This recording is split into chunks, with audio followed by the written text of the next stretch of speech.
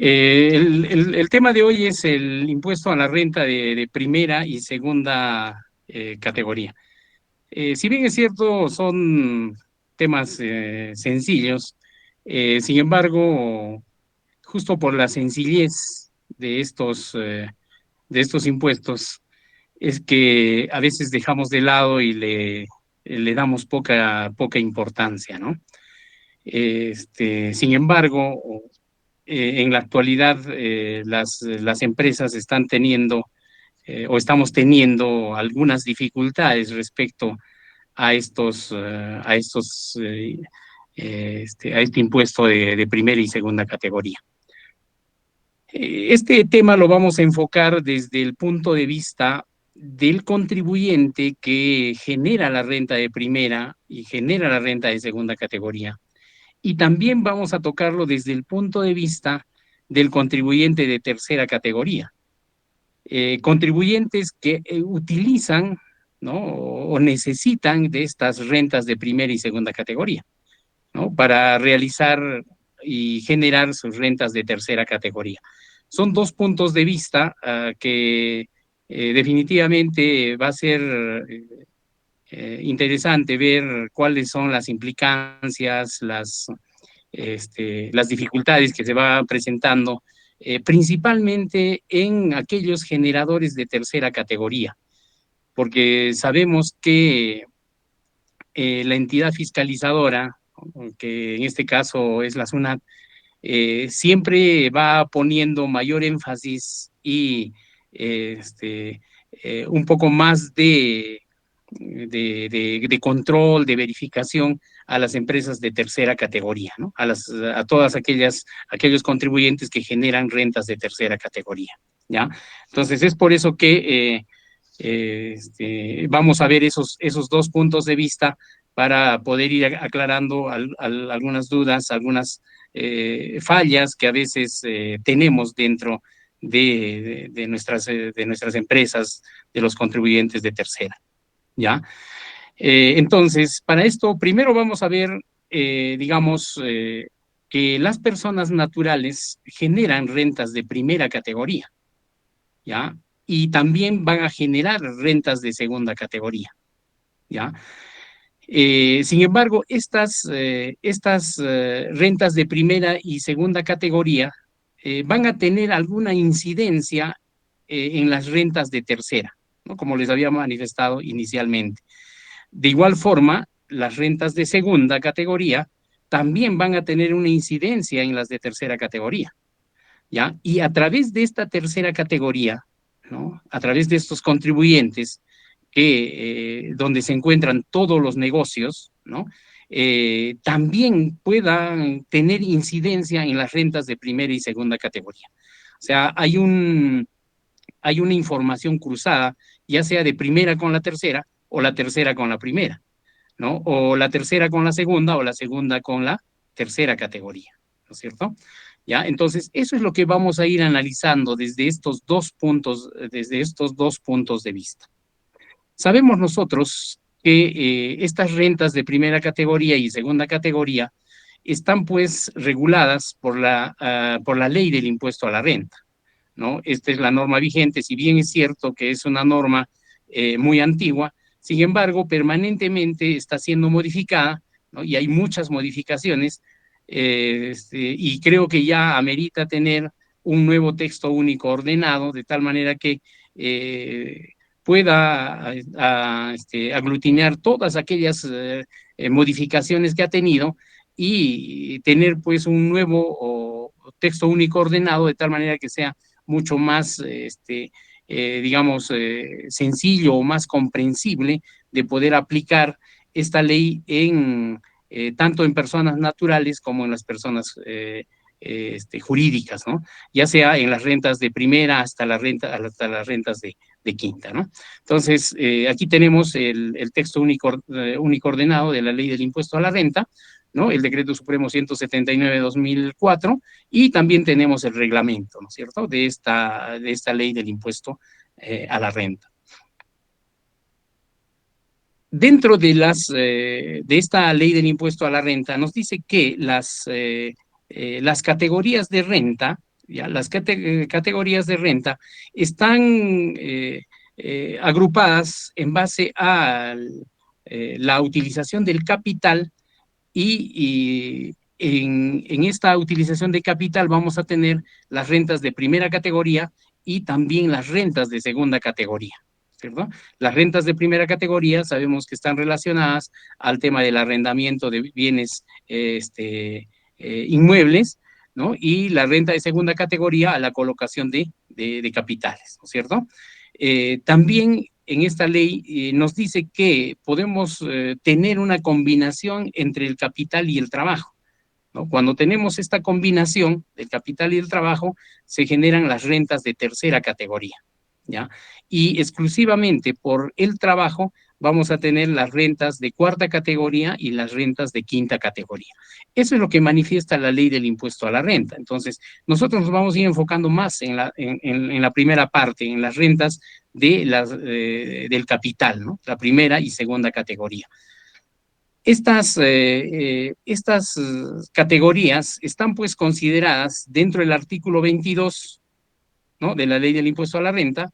La primera categoría está exclusivamente en el artículo 23, la segunda categoría en el artículo 24, la tercera categoría en el artículo 28, la cuarta categoría en el artículo 33 y la quinta categoría en el artículo 34, ¿cierto? Entonces, así está distribuida las rentas, estas 5 rentas dentro de la ley del impuesto a la renta, ¿cierto? Entonces, esta es una distribución que se hace según las leyes peruanas. En otros países tenemos diferente distribución, ¿no? de las rentas, ¿ya?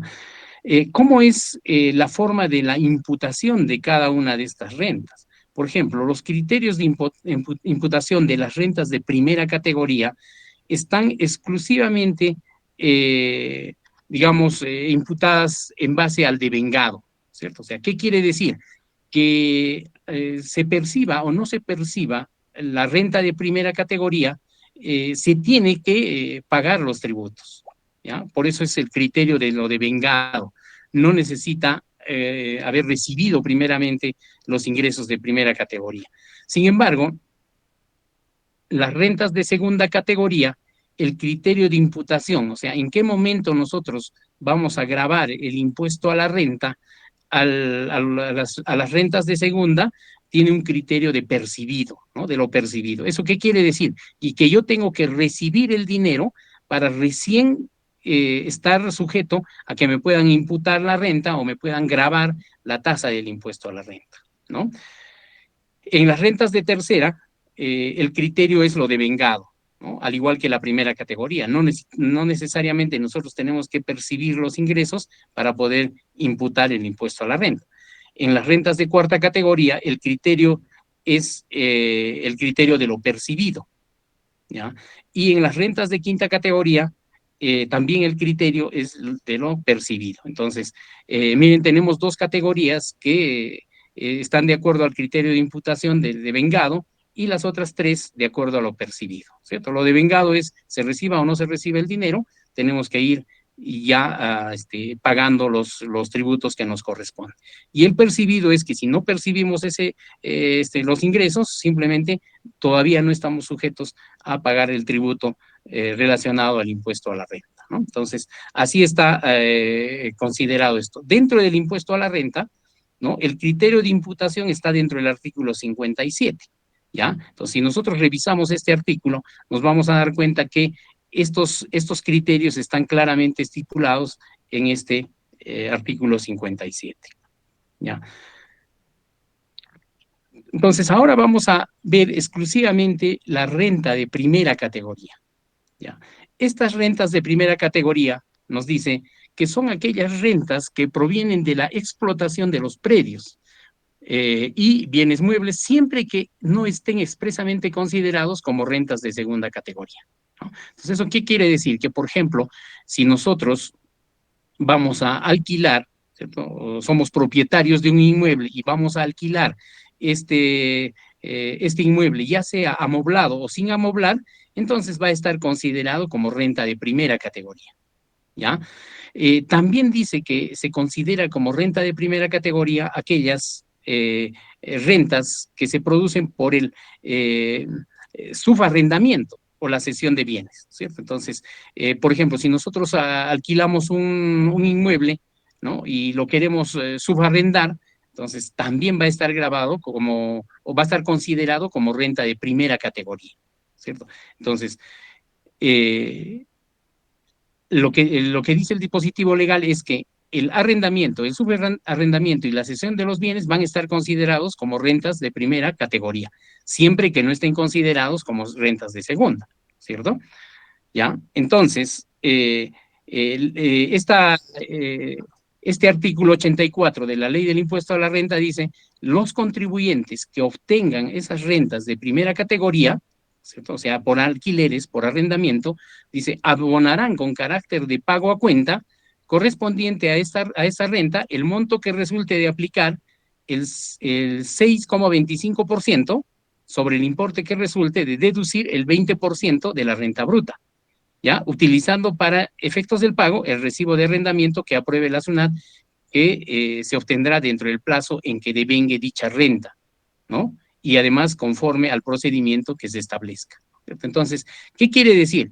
Que cuando nosotros percibimos o realizamos un contrato de arrendamiento o un contrato de subarrendamiento de un bien inmueble, entonces a ese importe tenemos que descontarle el 20% y a esa diferencia le vamos a grabar el 6,25%, ¿ya?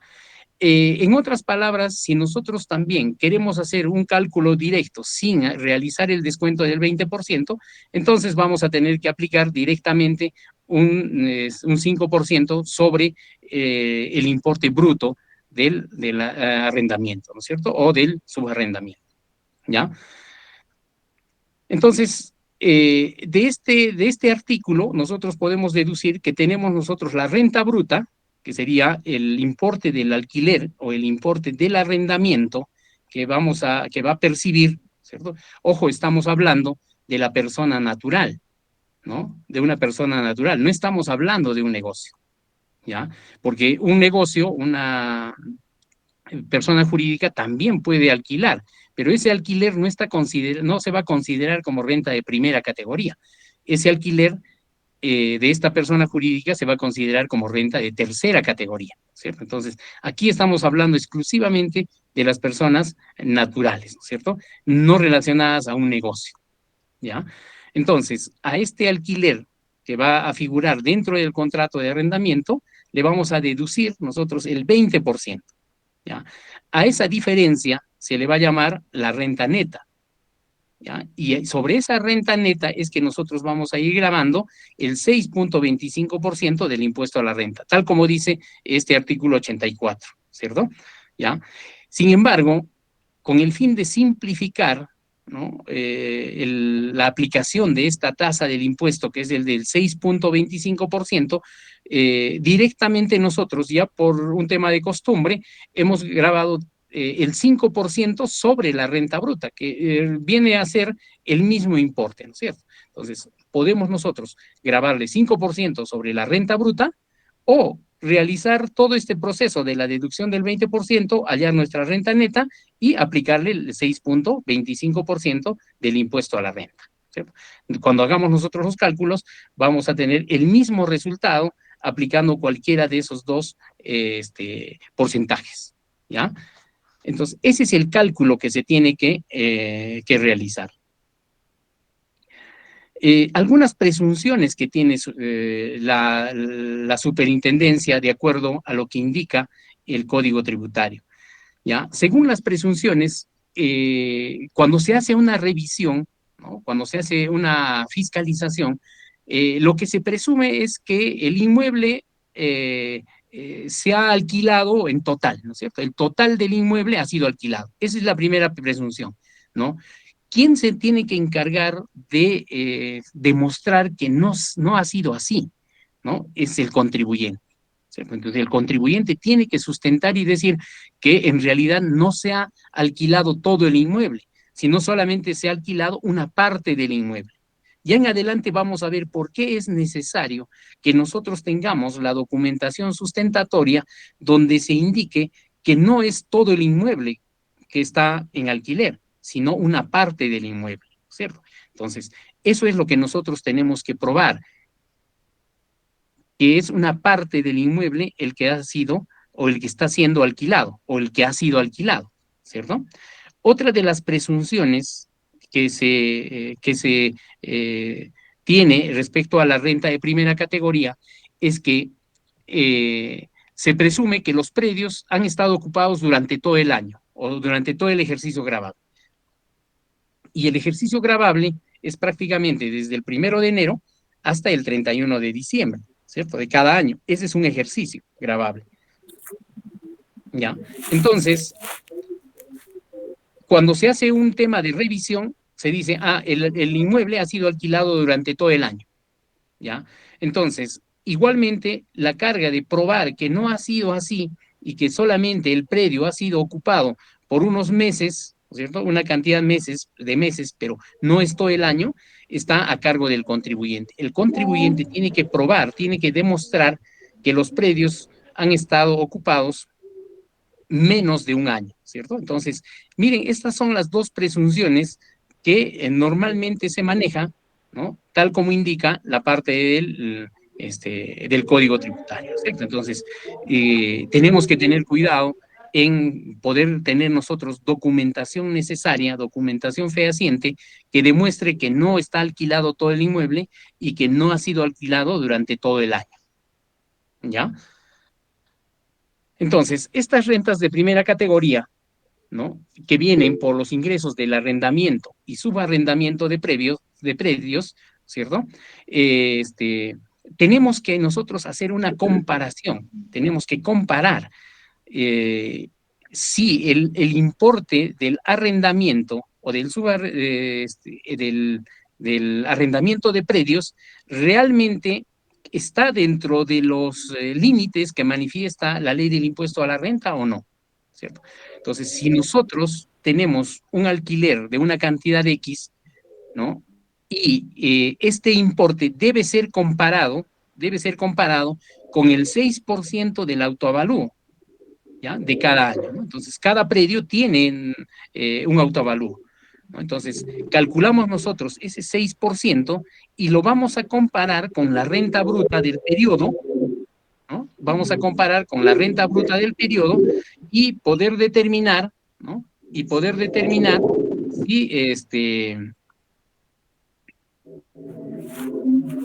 si efectivamente el importe ha sido mayor o ha sido menor que el 6% del autovalúo, ¿cierto? Si ese cálculo del 6%, a ver, no sé si quieren hacer alguna consulta. A ver, ok, seguimos entonces.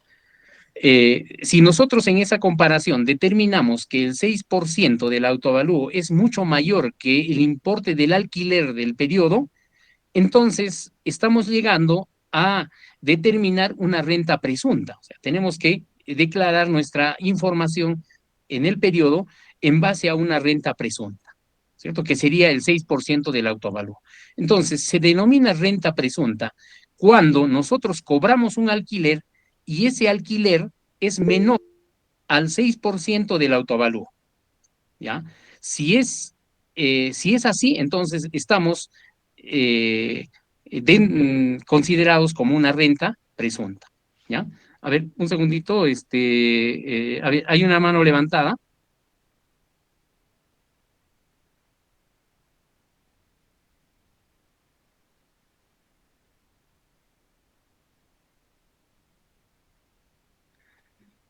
A ver, tal vez ha sido por error, ¿ya? Entonces, cuando nosotros tenemos esa diferencia y este 6% del autoavalúo que les manifestaba es mayor al importe del alquiler que hemos cobrado durante un periodo, entonces se llama renta presunta. Y sobre esa renta presunta nosotros vamos a gravar el impuesto a la renta de primera categoría. ¿Ya? Sin embargo, cuando existe, tal como dice este segundo párrafo, cuando existe un subarrendamiento, ¿no? La renta bruta está constituida por la diferencia del alquiler, ¿no? Eh, que el subarrendatario le paga al subarrendador, ¿cierto? Y el monto de esta debe abonarse al propietario. Entonces, vamos a hacer una diferencia de cuánto yo cobro de alquiler y cuánto estoy pagando de alquiler, ¿ya? Esa diferencia va a estar grabada con la renta de primera categoría, ¿ya? Sin embargo, nosotros también podemos determinar que, por ejemplo, el propietario de un inmueble puede ceder gratuitamente su inmueble o el local, ¿no? A una tercera persona, ¿cierto? O puede estar a precio no determinado, ¿ya? En este caso, entonces, estamos bajo una renta fija, porque no tenemos con qué comparar, ¿ya? Entonces, cuando es gratuito la cesión para el uso de un determinado inmueble, entonces estamos hablando de una renta fija, ¿ya? Esta renta fija va a ser pues el 6% del autoavalúo, ¿ya? Y sobre ese 6% nosotros vamos a gravar el impuesto a la renta de primera categoría cada periodo, ¿cierto? Entonces, este 6% se va a considerar como si fuese el ingreso bruto, ¿ya? Sin embargo, tanto la renta presunta como la renta ficta no se va a aplicar en el caso de que el inmueble haya sido cedido a una entidad pública, ¿cierto? Si la entidad pública está pagando menos el alquiler, entonces simplemente no vamos a tener renta presunta ni renta fija, ¿no? A ver, tenemos otra mano levantada. A ver, Huiza Ticona. Buenas noches, estimado doctor. Una consulta, por favor. Digo, Usted dice que el valor, con el 6% no debe ser menor, ¿no? Al 6% del valor de tu valor. Eso entiendo que debe ser por todo el bien, ¿no? Porque si es una casa de 2 pisos, ¿no? ¿Cómo sería si, digamos, es una tienda nomás, una parte nomás del bien, no es todo, para determinar el valor del alquiler? ya, ok, justo en la parte de los casos prácticos vamos a absolver esa duda que usted tiene, ¿no? Porque tiene que ser en forma proporcional, ¿ya? Vamos a hacer una comparación en forma proporcional, ¿ya? Y lo vamos a ver en el caso práctico de esta renta de primera, Bien. ¿ya? Ok. Una consulta. Ah, Dígame.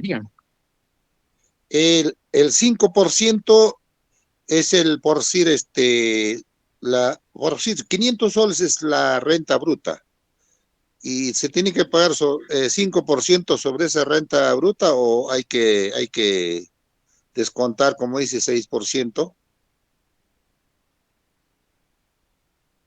Ya.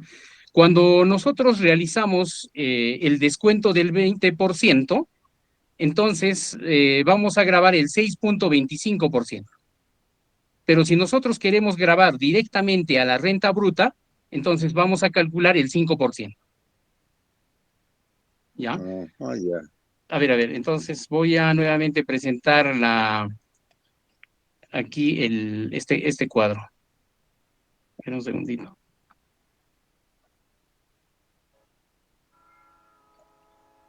Ya, aquí estamos explicando, ¿no? Ya, aquí estamos explicando y estamos indicando, ¿no? Si nosotros queremos grabar el 5%, entonces vamos a grabar directamente el 5% sobre la renta bruta, ¿ya? Ya. Si nosotros vamos a descontar el 20% y vamos a hallar la renta neta, entonces vamos a aplicar el 6,25%, ¿ya? Cualquiera de las dos opciones es válida, ¿no? ¿Ya? Cualquiera, y vamos a obtener el mismo resultado, ¿ya? 5% sobre la renta bruta o 6,25% sobre la renta neta, ¿ya? Ese va a ser el cálculo que se va a tener.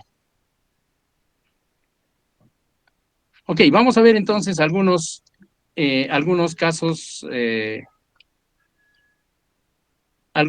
prácticos. A ver, colega Francisco, ¿tiene levantada la mano? Sí, sí, doctor. Eso es lo que está indicando el colega, la deducción del 20%, el 6,25%, eso no se refiere al cálculo anual y el 5% es el mensual, ¿no? ¿O me equivoco, doctor? A ver, en realidad, si ustedes hacen los números, va a ser Lo es mismo, sí. el Exacto, mismo tratamiento. exacto, es lo mismo. El resultado es el mismo, sino que Ajá, la deducción del 20% entiendo que ese es anual, ¿no? Con el 6,25%, pero el otro es mensual. Al final es lo mismo, sí, no se llega a diferente. claro, porque si nosotros, por decir, vamos a pagar un alquiler mensual de 1.000 soles, si a esos 1.000 soles, que es la renta bruta, a ver, vamos a aprovechar este Excel que está acá, ¿no? Si nosotros vamos a tener esos 1.000 soles de alquiler, le vamos a grabar el 5%, ¿no es cierto? Por el 0,5%, nosotros vamos a tener un pago de renta de primera categoría mensual de 50 soles, ¿ya? Sin embargo, si yo voy a tener este mismo alquiler, que es 1.000, y le voy a deducir el 20%, ¿cierto? El 20%, voy a obtener una renta neta mensual de 800, y a estos 800 le voy a grabar el 6,25%, que va a ser también los 50 soles. Entonces, estos procedimientos se van a hacer mensual como también en forma anual, ¿cierto? Sin embargo, en forma anual lo que se tiene que hacer es la comparación para determinar si es una renta presunta o es una renta fija, ¿ya? O sea, esa comparación sí va a ser anual, no lo vamos a hacer cada mes. Sin embargo, para el pago del impuesto a la renta de primera categoría, ya sea mensual o anual, tenemos que realizar estos cálculos, ya sea con la deducción o ya sea directamente sobre la renta bruta, ¿ya? Entonces, aquí tenemos, por ejemplo, un primer caso, ¿no? Aquí tenemos el alquiler de un inmueble durante todo el año, ¿ya? Entonces, aquí nos dice que el autoavalúo correspondiente al periodo asciende a 380,000 y se ha alquilado todo el año. El alquiler mensual, ¿no? El alquiler mensual es de 3.000 soles, ¿ya? Entonces, aquí yo tengo 3.000 soles de alquiler mensual. Se supone que se ha alquilado todo el año, 12 meses, y se ha ocupado el 100% del inmueble, ¿ya? Por lo tanto, el ingreso por renta de primera categoría va a ser de 36,000, ¿ya? Si nosotros eso a fin de año comparamos, ¿no? Vamos a comparar con el 6% del autoavalúo, entonces vamos a tener aquí que el autoavalúo es 380,000, y el 6% va a ser 22,800, y va a ser el íntegro porque está alquilado el 100% del inmueble, ¿ya? Entonces vamos a hacer una comparación, vamos a comparar cuánto hemos recibido realmente, en este caso 36,000, pero si nosotros haciendo la comparación con el autoavalúo me dice que son 22,800. Entonces, ¿cuál es el mayor? El mayor es 36,000.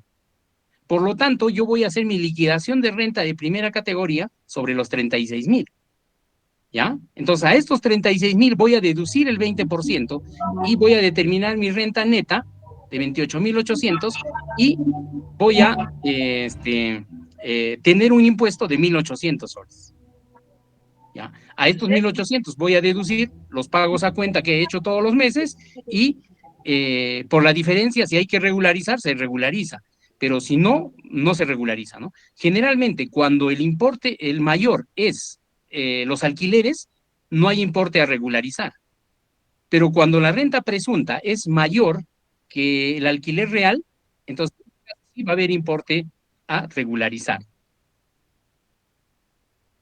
¿ya?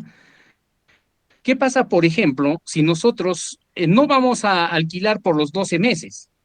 ¿Ya? Como era la pregunta de uno de los colegas, ¿no? No vamos a alquilar los 12 meses, solamente vamos a alquilar, por decir, 6 meses, ¿ya? 6 meses. Entonces, si nosotros tenemos un alquiler de 6 meses y seguimos con un alquiler de 3.000 soles y se ha alquilado solamente por 6 meses y se ha ocupado el 100% del inmueble, entonces vamos a multiplicar. Lo real es que nosotros tengamos 3.000 soles mensuales por 6 meses, 18.000 soles, ¿no?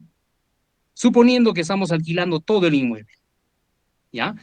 Entonces, cuando nosotros hagamos la comparación, vamos a comparar, ¿no? Vamos a comparar los 380.000, que es el autoavalúo, vamos a comparar con el 6%, ¿ya? Y ese 6% también tiene que ser en forma proporcional solamente para los 6 meses. No podríamos calcular el 6% del autoavalúo por el 100%, ¿cierto? ¿Ya? Sino solamente en forma proporcional, porque se ha alquilado solamente 6 meses. Y por eso es que mi renta presunta, por esos 6 meses me sale 11.400. ¿Ya? Y tengo 18.000 real. Entonces, sigue siendo el mayor los 18.000. Y voy a calcular en base a 18.000, voy a hacer la deducción del 20%, que es 3.600, y voy a tener una renta neta de 14.400. ¿Ya? A ese 14.400 voy a calcular el 6.25% y voy a tener 900 soles, que va a ser el impuesto a la renta por primera categoría. ¿Ya? Entonces, la renta presunta va a ir en forma proporcional a 6 meses. No puede ser que la renta presunta sea de todo el año y el alquiler real sea solamente de 6 meses. ¿Ya? Sin embargo, ¿qué pasaría, por ejemplo, si nosotros vamos a tener como autoavalúo, por decir, aquí vamos a tener 680.000, es el autoavalúo, ¿no? Y estoy alquilando a 3.000 soles por 6 meses, estoy recibiendo 18.000. Sin embargo, por los 6 meses, la renta presunta, ¿ya? Va a ser 20.400. Entonces, en este caso, la renta presunta está resultando mayor a lo que realmente hemos percibido. Entonces, ¿qué dice el dispositivo legal? Tengo que pagar el impuesto a la renta de primera categoría en base a la renta presunta. ¿Ya? En este caso, la renta presunta sería 20.400. Deducimos el 20%, 4.080, la renta neta sería 16.320 y el impuesto sería los 1.020 soles, ¿cierto? Entonces, en este caso sí va a haber impuesto a regularizar. ¿Por qué? Porque los pagos que hemos realizado mensualmente van a ser menores al de la renta presunta. ¿Ya? ¿Qué pasaría si nosotros hemos alquilado los 12 meses? ¿No? En este caso va a pasar lo mismo, ¿no es cierto? Estoy calculando los 12 meses del alquiler, ¿ya? Por un inmueble que está ocupado en el 100% y tengo 36.000. Y mi renta presunta sale 40.800. Entonces sigo pagando en base a 40.800. Pero se tiene que calcular en forma proporcional. Si se alquiló 12 meses, la renta presunta se calcula por 12 meses. ¿No? Si se alquiló 6 meses, 4 meses, por ejemplo, vamos a calcular 4 meses. Entonces, solamente la renta presunta también se tiene que calcular en base a 4 meses. ¿No? No podríamos calcular por los 12 meses, ¿no? Porque tiene que haber equidad en el tema de la comparación. ¿Ya? Eso por una parte. Por otra parte, lo que comentaba uno de los colegas decía, ¿qué pasa si no he alquilado el 100%? Podría alquilar yo el 50%. O podría alquilar, si yo tengo un inmueble de 3 pisos, voy a alquilar un solo piso, el 30%. ¿Cierto? Yo estoy ocupando el 30%. ¿Ya? Entonces, ahí el alquiler va a ser de 10.800. ¿Ya? Sin embargo, la renta presunta también voy a calcular en base al 30%. No voy a poder calcular por todo el inmueble, porque yo voy a tener toda la documentación necesaria para demostrar que estoy alquilando solamente un 30%. O si una tienda de mi inmueble representa un 10%, calcularé pues un 10%, ¿cierto? ¿Ya?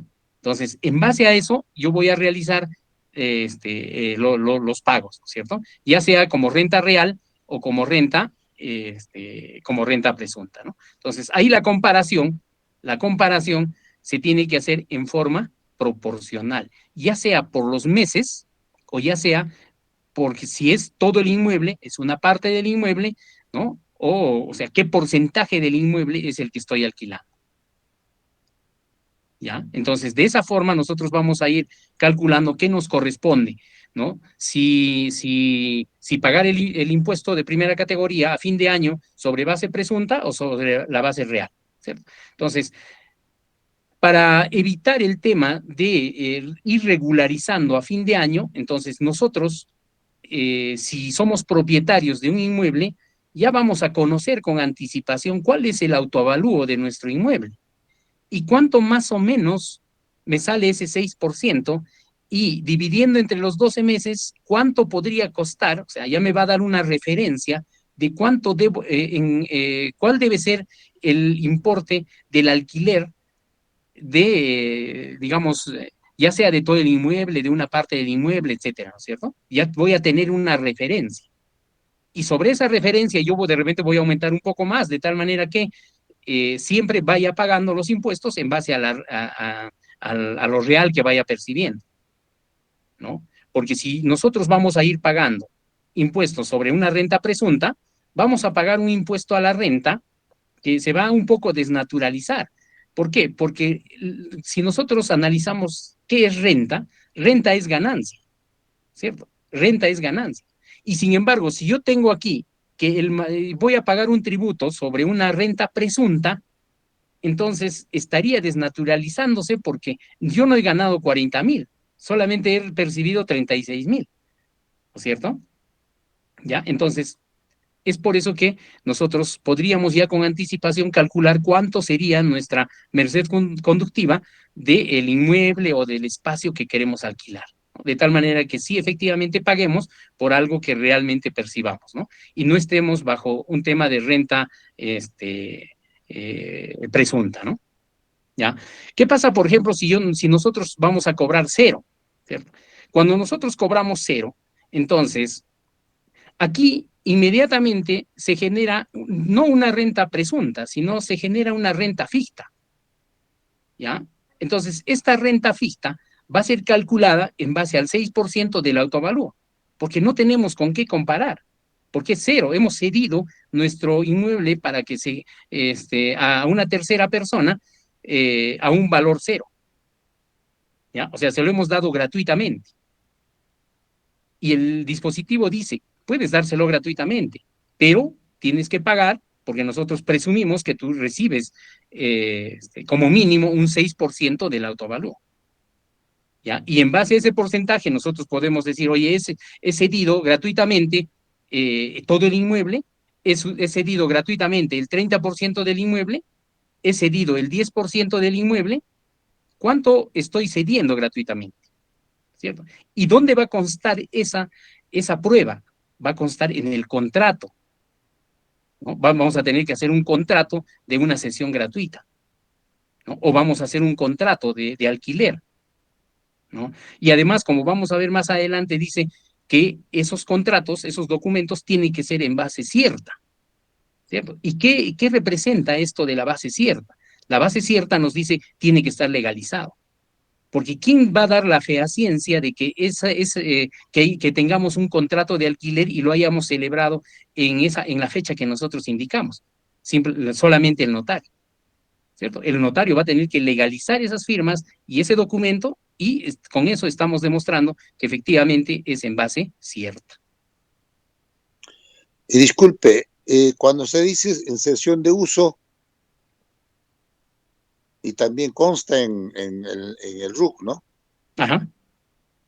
En ese caso, Estaríamos bajo una renta fija. cuando es sesión de uso, Claro, claro, porque no vamos a cobrar nada, ¿no? claro. ¿Ya? Entonces, ahí tenemos que aplicar el 6% en base al autovalúo. Mm. Ujú.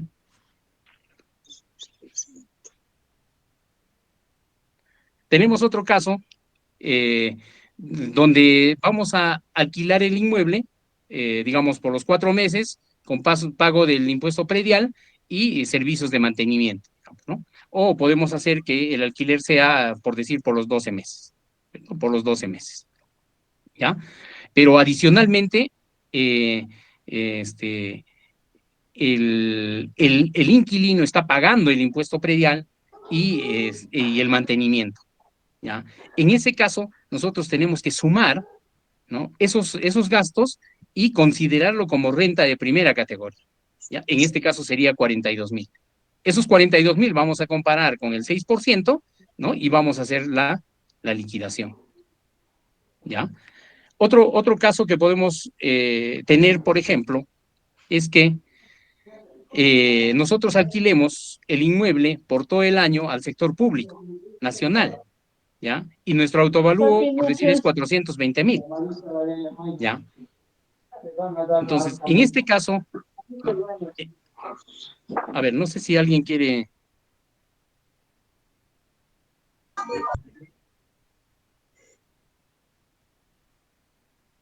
A ver, Gina levantó la mano. Sí, doctor, sí, A ver, quería preguntar una consulta.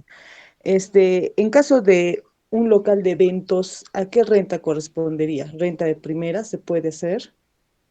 ¿O qué renta sería? ¿Renta de tercera? bueno, definitivamente es renta de tercera, ¿no? Ya, porque ese es un negocio ya, ¿no? Ya, si digamos, nosotros tenemos un local que no está diseñado exclusivamente para el alquiler, entonces podría ser primera. Pero si ese local de eventos se ha construido exclusivamente para alquilar en forma permanente, entonces eso es un negocio, ¿no? Es una renta de tercera categoría, ¿ya? No, no se lo van a aceptar como renta de primera, Ya, doctor. ¿ya? A ver, Marisol levantó la mano.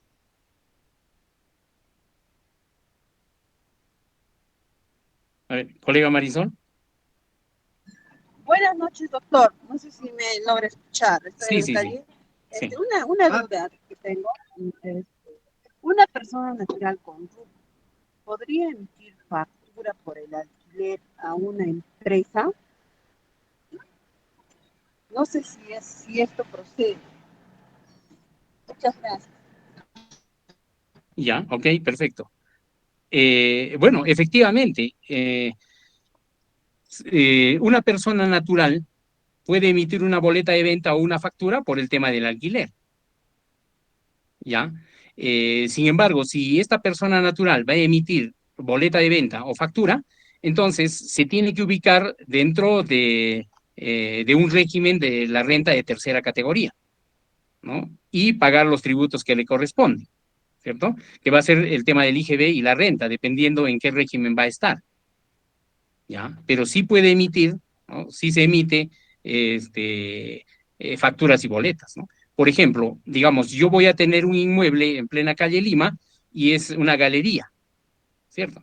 Entonces, esa galería la he hecho exclusivamente para alquilar. Entonces, ese ya es un negocio de alquiler. Entonces, por cada stand que yo alquile, voy a entregar una factura. Si es persona con negocio, ¿no? Ya sea persona natural con negocio o ya sea una persona jurídica, ¿ya? Y sin embargo, si pues, se va a alquilar a una persona natural para que en uno de esos espacios viva, ¿no? Y no hace negocio, entonces le voy a entregar una boleta de venta, ¿ya? Entonces, si es factible entregar comprobantes, factura o boleta por arrendamiento, ¿ya? También lo vamos a ver más adelante, ¿no?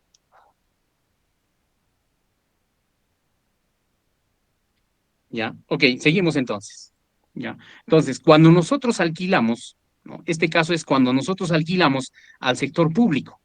Y habíamos visto que si nosotros alquilamos al sector público, vamos a digamos, dejar de calcular la renta presunta. O sea, no hay renta presunta cuando se alquila al sector público nacional. ¿Ya? Por decir, yo tengo un local y lo voy a alquilar para una de las oficinas de la municipalidad, ¿cierto? Vamos a hacer un contrato y por eso me va a pagar 1.000 soles. ¿Ya? Sin embargo, el 6% del autovalúo me dice que debía ser 25.000 al año. ¿Ya? Y yo voy a recaudar solamente 12.000 al año. ¿Ya? Voy a recaudar 12.000 al año. Entonces, ¿qué es lo que va a pasar aquí? Que yo voy a pagar en base al importe que estoy percibiendo realmente, que van a ser los 12.000. ¿Ya? ¿Por qué? Porque estoy entregando mi inmueble a el sector público nacional.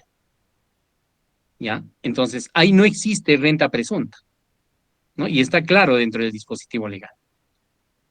¿Ya? Otro caso que podemos analizar es que si nosotros alquilamos en moneda extranjera, ¿cierto? En moneda extranjera. Entonces vamos a decir, por ejemplo, que nuestro alquiler es de 1.000 soles mensuales. Entonces, en enero estoy cobrando 1.000 soles, en febrero, etcétera, hasta diciembre. Vamos a cobrar $1.000 mensuales, ¿ya? Entonces, ¿qué tipo de cambio voy a utilizar?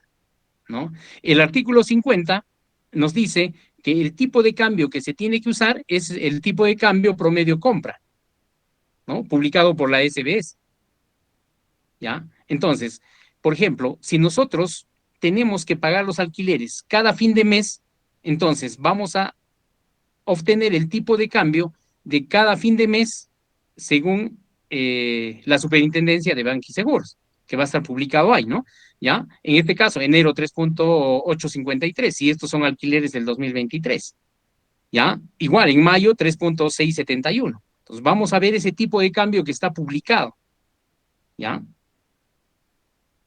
En diciembre 3.705. Entonces, cada mes nosotros vamos a ir multiplicando y obteniendo el importe en soles.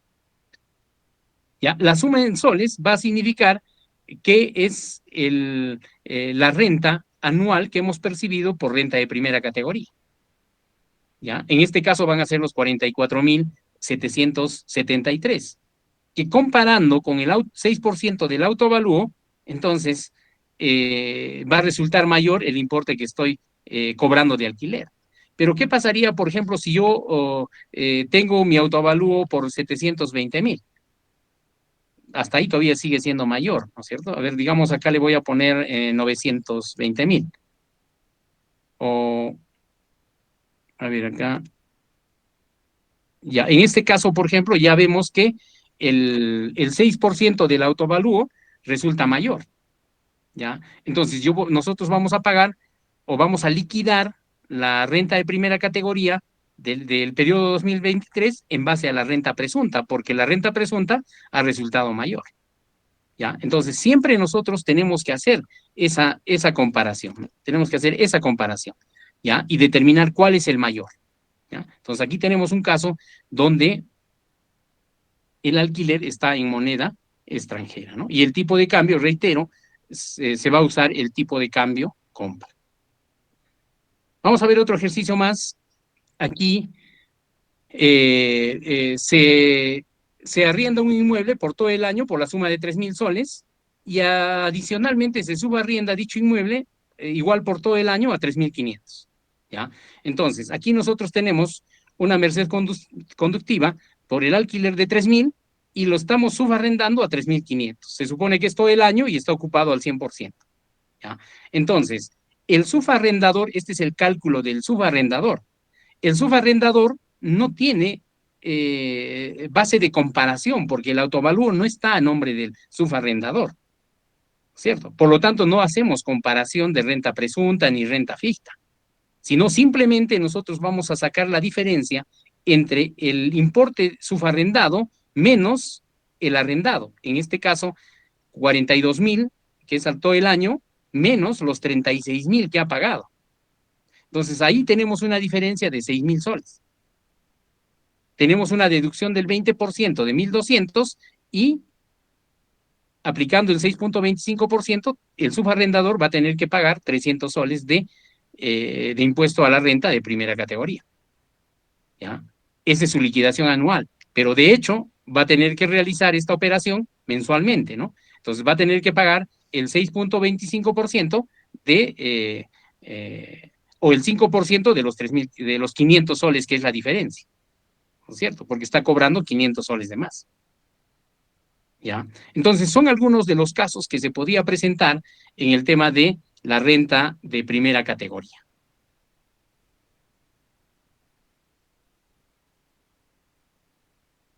Continuamos entonces con analizando ahora desde el punto de vista de la empresa, ¿no? Desde el punto de vista del generador de tercera categoría.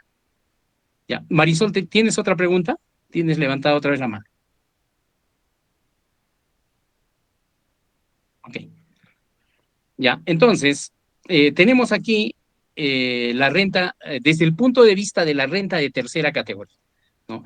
Seguramente muchos de ustedes, ¿no?, que asesoran a algunas empresas privadas, se habrán dado cuenta de que la SUNAT está notificando a los contribuyentes que indicaron que su local es alquilado. ¿Ya? Entonces, ha habido una masiva notificación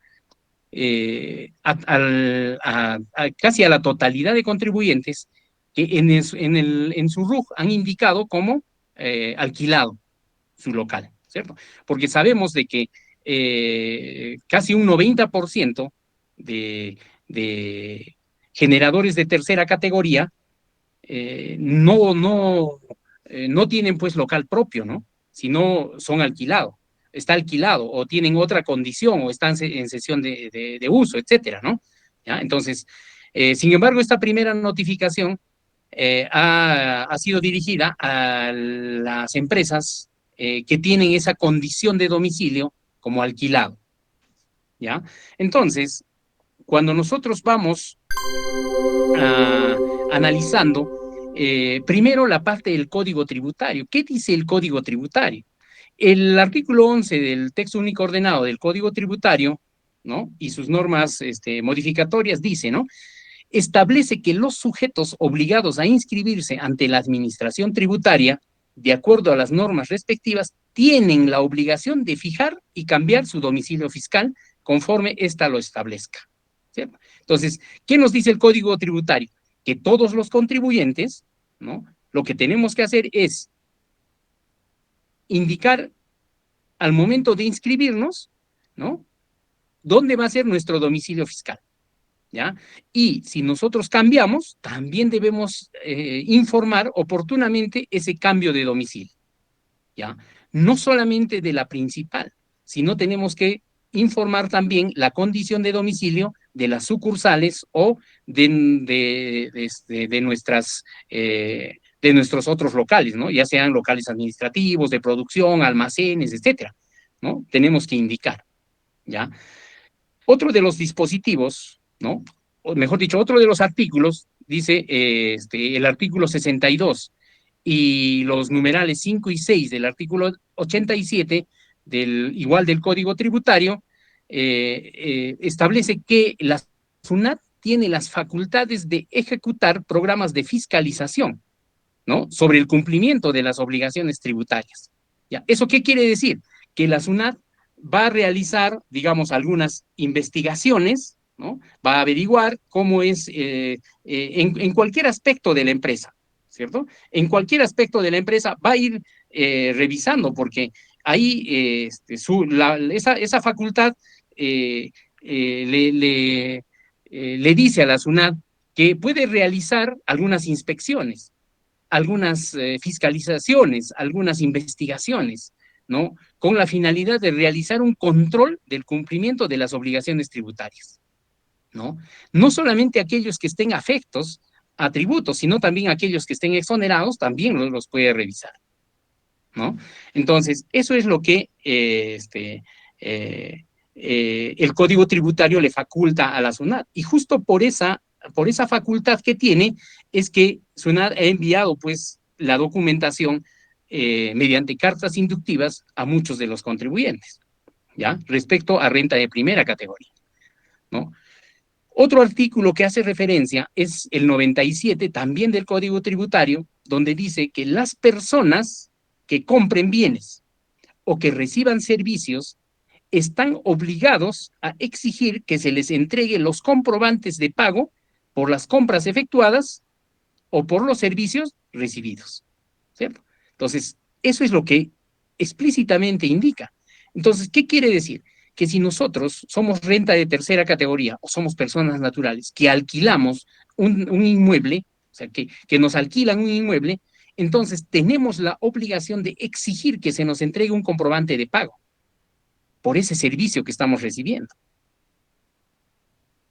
¿ya? Entonces, todo eso está, digamos, dentro de estos dispositivos legales, ¿no? Sin embargo, muchas veces no estamos aplicando eso, ¿no?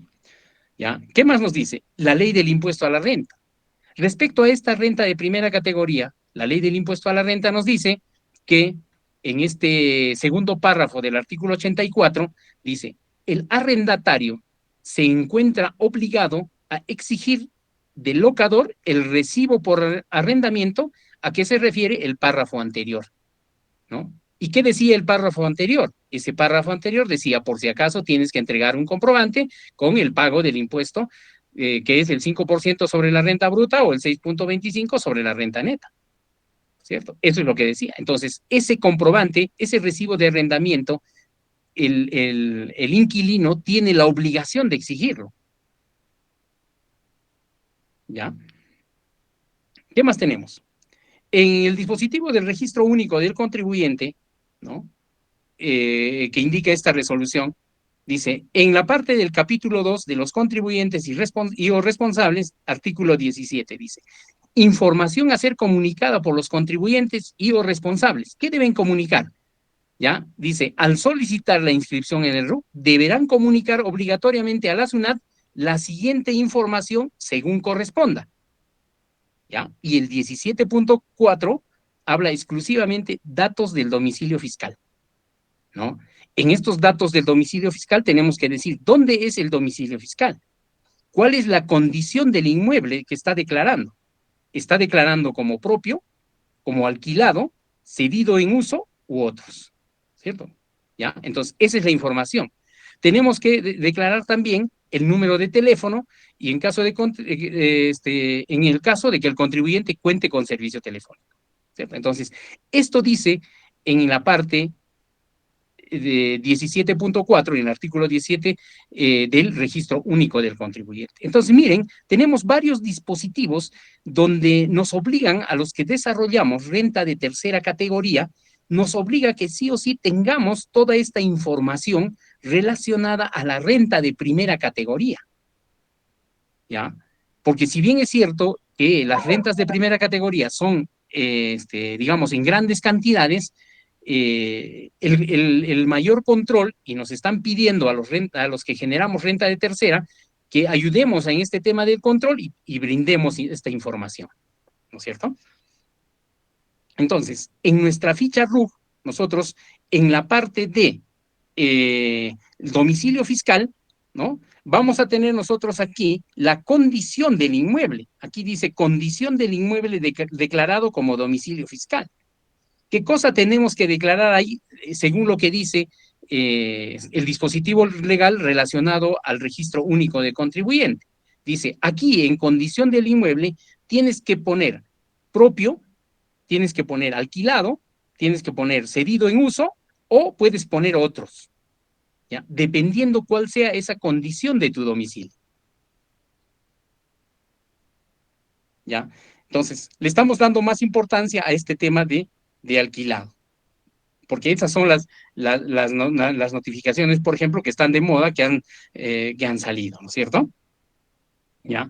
Entonces, si nosotros declaramos como propio, porque aquí, mire, tenemos esas opciones, si nosotros declaramos como propio, entonces el autoavalúo debe estar a nombre de la empresa, porque es propio, ¿no es cierto?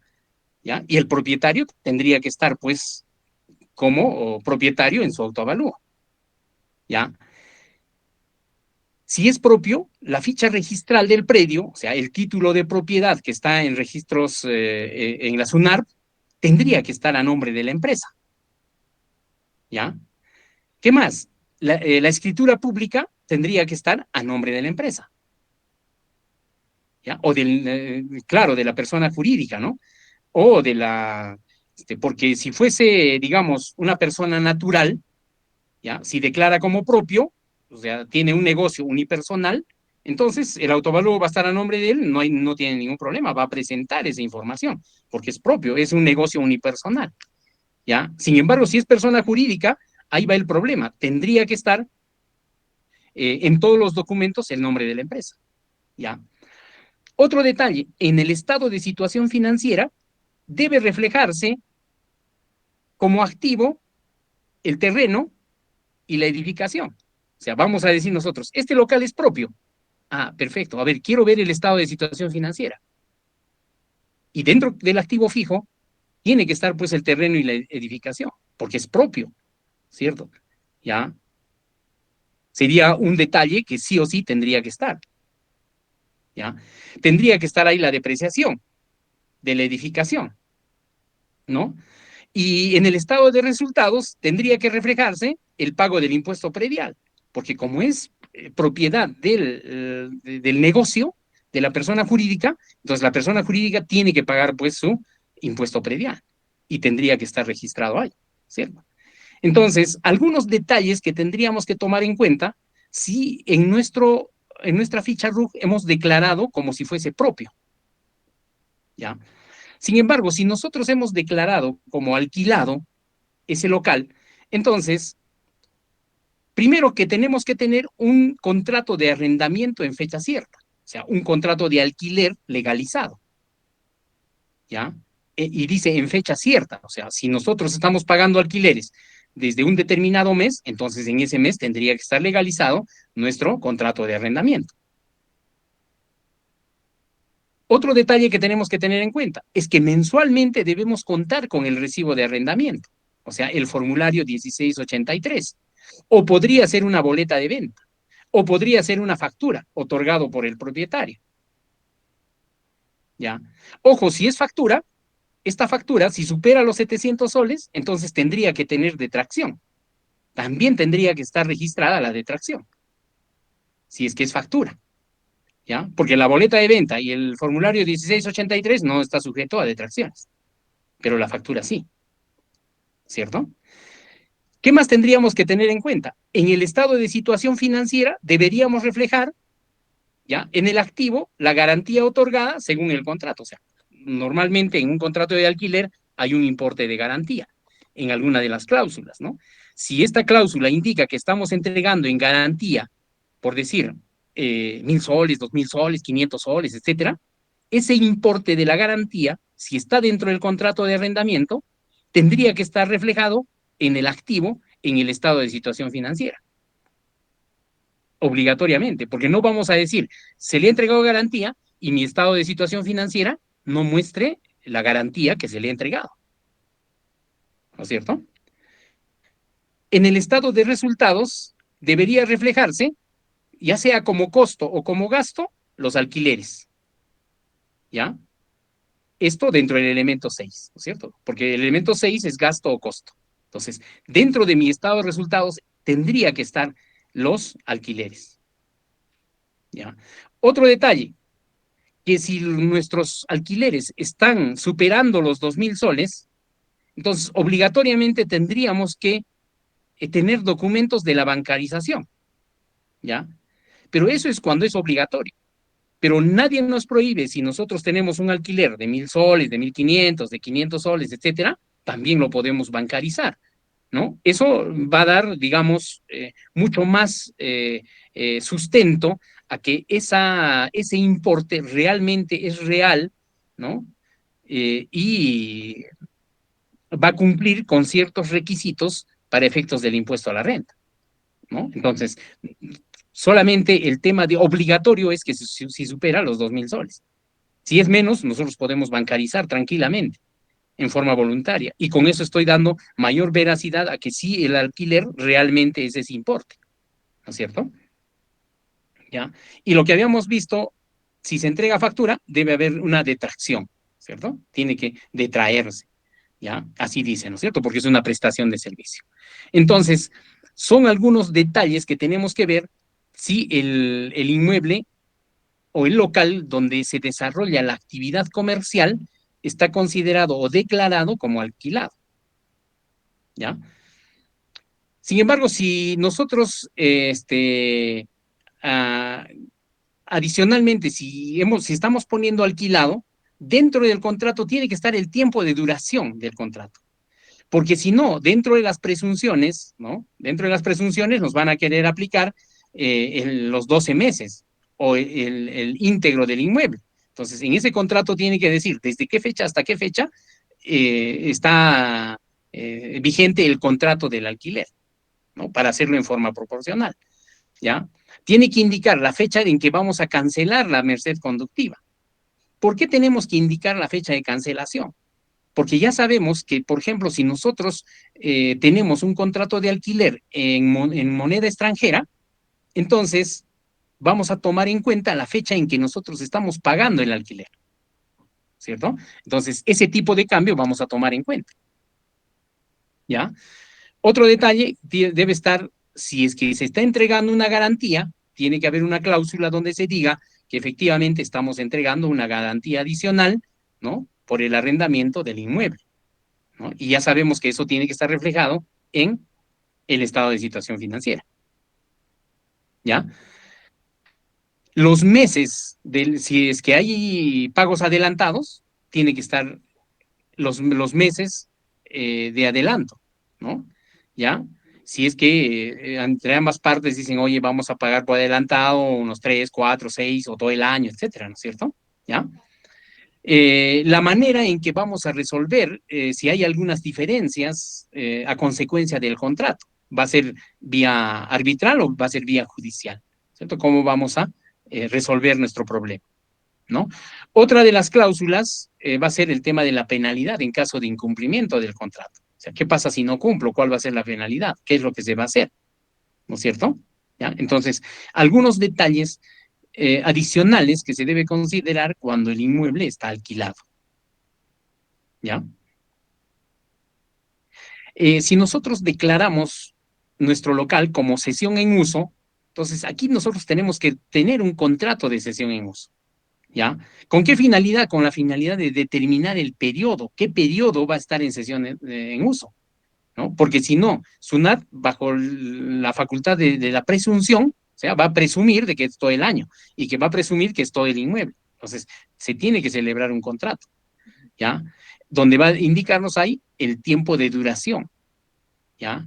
En el estado de resultados, cuando está en sesión en uso, vamos a reflejar, pues, los costos o gastos. ¿Ya? ¿Qué cosa vamos a reflejar si no hay alquileres? Vamos a reflejar pues el mantenimiento local, los servicios, los tributos, etcétera, todo lo que se necesita para el local, ¿cierto? Porque si nosotros eh, no hemos optado por estas opciones y estamos utilizando el local, ¿no? Y por ejemplo, vamos a comprar pintura para el repintado del local, ¿no? Incluso en la compra de esa pintura, SUNAT podría desconocer ese gasto porque supuestamente no tenemos local, porque no pagamos alquiler, no es propio, no está en sesión en uso. Entonces, ¿por qué compramos, por decir pintura, si el local tiene una situación incierta dentro de nuestra empresa? ¿No? Entonces, incluso puede estar en juego muchos de los gastos o costos que estamos realizando en la empresa si es que no tenemos formalizado todo esto, ¿no? ¿Ya? Porque, por ejemplo, en algunas empresas, principalmente microempresas, ¿no?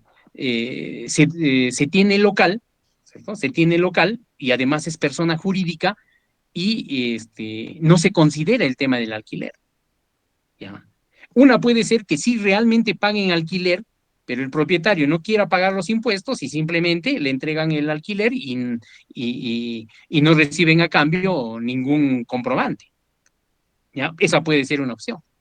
Y la otra opción es que sí realmente el negocio no pague el alquiler, ¿cierto? Entonces, hay ya motivos como para empezar a regularizar cierta información respecto a esta renta de primera categoría y desde el punto de vista de la tercera categoría, ¿no? Algunas contingencias que ya la comentamos, ¿no es cierto? Si el propietario cedió gratuitamente, debe declarar su renta ficta, ¿ya? Entonces, si nosotros como renta de tercera hemos recibido algunas cartas inductivas y dentro de esas cartas inductivas también hemos recibido información con algunas preguntas donde nos dice, por si acaso, el local que estás ocupando, ¿quién es el propietario? ¿Tiene DNI o tiene RUF? ¿Cómo se llama? ¿No es cierto? ¿Desde qué fecha estás utilizando el local? ¿Cuál es la fecha de inicio? ¿Ya? Si tienes contrato o no tienes contrato. ¿En qué moneda estás pagando el alquiler? ¿Cuánto de alquiler estás pagando? ¿Y cómo lo estás pagando? ¿Lo estás pagando en efectivo? ¿Lo estás depositando en una cuenta? ¿Le estás haciendo Yape? ¿Plin? ¿Qué le estás haciendo? ¿Ya? Entonces, en ese caso, ya el propietario se va a encontrar en problemas, ¿cierto? ¿Ya? Eso no quiere decir que nosotros vamos a escapar al tema de los problemas también, ¿cierto? Entonces, si decimos no, no los están entregando gratis, entonces el propietario debió pagar su renta fija cada fin de año. Y si no lo hizo, tendrá que regularizar con las sanciones respectivas, ¿cierto? ¿Ya? Entonces, eso es lo que está en la actualidad exigiendo SUNAT a través de las notificaciones de estas cartas inductivas, ¿cierto? Otra situación que se puede presentar, si recibió el dinero, se considera una infracción por no presentar la declaración jurada. Peor todavía, porque va a haber, digamos, una evidencia de que este propietario sí está recibiendo dinero por el alquiler, ¿no es cierto? Y esta infracción va a estar pues dentro del artículo 1, mejor dicho, el artículo 176, numeral 1, ¿ya? Y le va a corresponder una multa del 50% de la UIT. Pero si recibida la carta inductiva, el propietario se empieza a poner en orden, puede tener una rebaja hasta de un 90%, ¿no? ¿Ya? ¿Por qué? Porque todavía estamos en periodo de cartas inductivas. ¿Qué otra contingencia podría pasar? ¿No? Si declaró omitiendo rentas de primera, deberá hacer o sea, por decir, ha declarado, pero ha declarado un importe menor. Entonces va a tener que rectificar. En ese caso cambia la infracción. Ya no va a ser 176 el artículo, sino va a ser 178, numeral 1, ¿no? Entonces ahí puede tener la probabilidad de que haya una rebaja de hasta de un 95%, siempre en cuando subsane voluntariamente y pague el tributo, ¿cierto? Entonces, miren las consecuencias que se va generando por el tema de haber declarado, digamos, de una u otra forma, nuestra condición de domicilio, ¿cierto? Y ahora está siendo mucho más exigente porque ya casi todo está virtualizado. Y al estar virtualizado, o sea, hay mucha más facilidad de hacer estas fiscalizaciones, ¿ya? Desde el punto de vista de la empresa que pagó en efectivo y no cuenta con ningún documento de arrendamiento, o sea, significa que ha habido salida de dinero sin ningún sustento, ¿ya? Entonces, por ese importe va a haber pues un reparo tributario, ¿ya? Y se le va a tener que aplicar pues las tasas del régimen en el que se encuentra, ¿no? Porque, ¿y cómo así está reflejando en nuestra contabilidad si realmente pagamos alquileres y no tenemos documento? ¿Ya? Supuestamente nuestra caja está incrementando tanto que en algún momento ya va a ser excesivo, ¿cierto? ¿Ya? Porque dinero que sale y que no está sustentado con documentos, entonces eso hace que nuestra caja empiece a crecer demasiado, ¿no?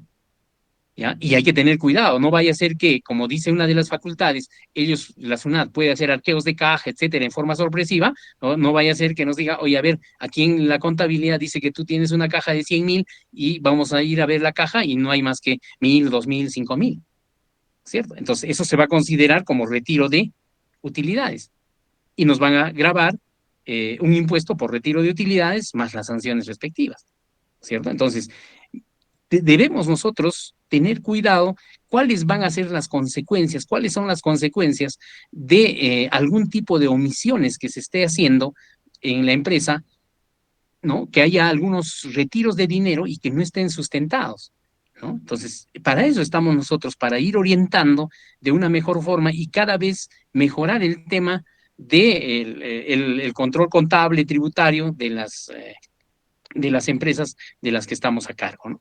¿Ya?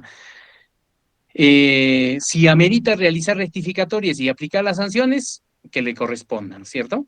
¿Ya? Si el domicilio pertenece al propietario, ya lo habíamos comentado, ¿no? Si el negocio es unipersonal, ¿no es cierto? Ahí lo que tiene que colocar ya no es alquilado, ni cesión en uso, ni otros, ¿no? Ahí tiene que colocar, o sea, cambiar la condición de domicilio y ponerle que es propio, ¿ya?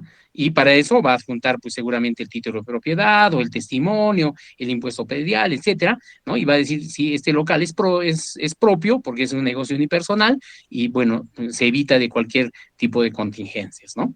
¿Ya? Entonces, esto es prácticamente lo novedoso que está habiendo en el tema de las rentas de primera categoría, ¿no?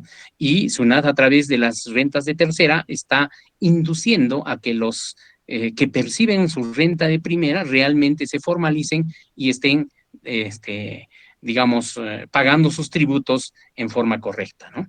¿Ya? Entonces, ¿quién va a salir más sancionado? Normalmente va a ser pues aquel generador de renta de tercera, ¿ya? Ya para terminar, vamos a ir analizando las rentas de segunda categoría, que también tiene incidencia dentro de las rentas de tercera, ¿ya? La renta de segunda nos dice que son aquellas que provienen de la explotación de bienes muebles, derechos, intereses, regalías, etcétera, ¿no es cierto? De toda la colocación de capitales, ¿ya? Que no sean considerados como renta de primera, ¿ya? Entonces, eso dice las rentas de segunda. ¿Qué se considera como rentas de segunda? Los intereses originados por colocación de capitales, regalías, rentas vitalicias, sumas o derechos recibidos, la diferencia entre el valor actualizado de las primas de seguros, la atribución de utilidades, ¿no? Los dividendos, las ganancias de capital, etcétera, ¿no? Todo lo que indica el impuesto a la renta, ¿no? La ley del impuesto a la renta. Igual nosotros tenemos que identificar cómo vamos a ir determinando nuestra renta neta, vamos a determinar el tipo de renta de segunda categoría, vamos a ver si vamos a descontar el 20% o no, ¿no? Entonces aquí lo que no se descuenta, el 20% es principalmente a los dividendos, ¿no? A la distribución de utilidades, ¿no? Donde es ya un porcentaje fijo, ¿no? No hay deducciones. ¿Ya? Aquí tenemos una pequeña tabla donde vamos a ver si, por ejemplo, las ganancias por venta de inmuebles tienen una deducción del 20% y tiene una tasa del 6.25%, ¿no? Vamos a ir analizando también cada uno de ellos, ¿no? Respecto al pago de interés, ¿no? El artículo 26 nos dice que para efectos del impuesto se presume, salvo prueba en contrario, constituida por los libros de contabilidad del deudor, que todo préstamo de dinero, cualquiera sea su denominación, naturaleza o forma o razón, devenga un interés no inferior a la tasa activa del mercado promedio mensual en moneda nacional, que es la TAM, que publica la SBS, ¿no es cierto? ¿Ya? Entonces, así dice, ¿no? ¿Por qué estamos hablando del tema de intereses? A veces en nuestros negocios nos falta efectivo para poder pagar, ¿no es cierto? Y tenemos que darnos cuenta de que ahora los comprobantes de pago tienen esta información, si está adquirido al contado o al crédito, ¿ya? Entonces, si es al contado, tiene que estar registrado en el mes, en el periodo en que ha sido emitido el comprobante de pago. Ese comprobante no podemos diferir para otro mes, porque su condición dice al contado, y al contado quiere decir que en ese momento hemos pagado, ¿ya? Y no vaya a ser que cuando nosotros elaboremos nuestro libro de caja, ¿no? Nuestra cuenta 10.1 de caja esté pues al negativo, ¿no? ¿Ya? Entonces, eso tenemos que fijarnos. Y no podríamos nosotros considerar una factura que dice al contado, registrarlo en un periodo diferente. ¿Ya? Entonces, en esos casos, por ejemplo, vamos a tener pues que en la realidad a veces el propietario, los accionistas, prestamos dinero a la empresa, ¿ya? Pero a veces no lo hacemos figurar como préstamo, ¿no? Entonces, sí es factible prestarle a la empresa, ¿ya? Y cumplir con esto que dice, oye, sí, tú puedes prestar, pero cobra pues los intereses de acuerdo a lo que dice la SBS, ¿no? Y paga tu impuesto de segunda categoría, ¿ya? De tal manera que va a estar solucionado, va a estar bancarizado, etcétera, todas las formalidades habidas y por haber, y vamos a cumplir y solucionar el problema tanto de nuestro negocio como el nuestro, ¿no es cierto? ¿Ya? Por ejemplo, hasta el día de ayer, la tasa de interés activa del mercado, o sea, ahí dice, ¿no? El 23 de septiembre, nos decía que era el 14.59% anual, ¿no? Entonces, ese sería el porcentaje de interés que tendríamos que tomar en cuenta, ¿no es cierto? ¿Ya? Entonces, ¿cómo pagamos nosotros el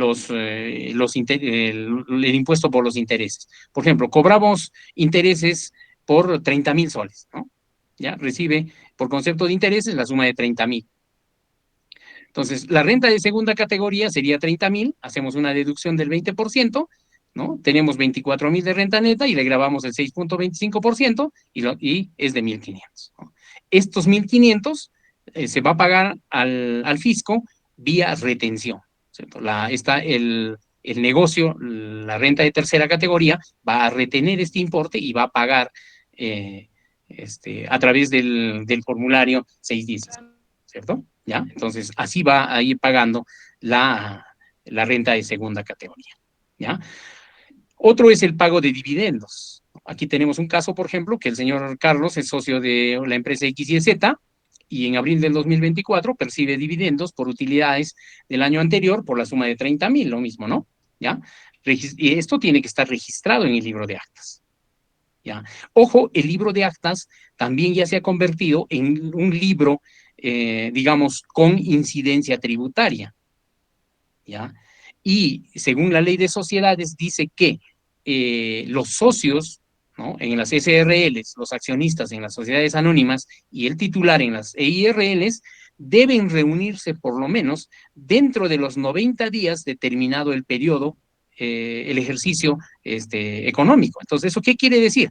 Que tendría que haber un registro del acta entre enero hasta marzo, ¿no? Donde se aprueben los estados financieros, ¿ya? Y se manifiesten sobre las utilidades o las pérdidas del periodo anterior, ¿ya? Significa que entonces, por lo menos cada año debe existir un acta dentro de este libro de actas, ¿ya?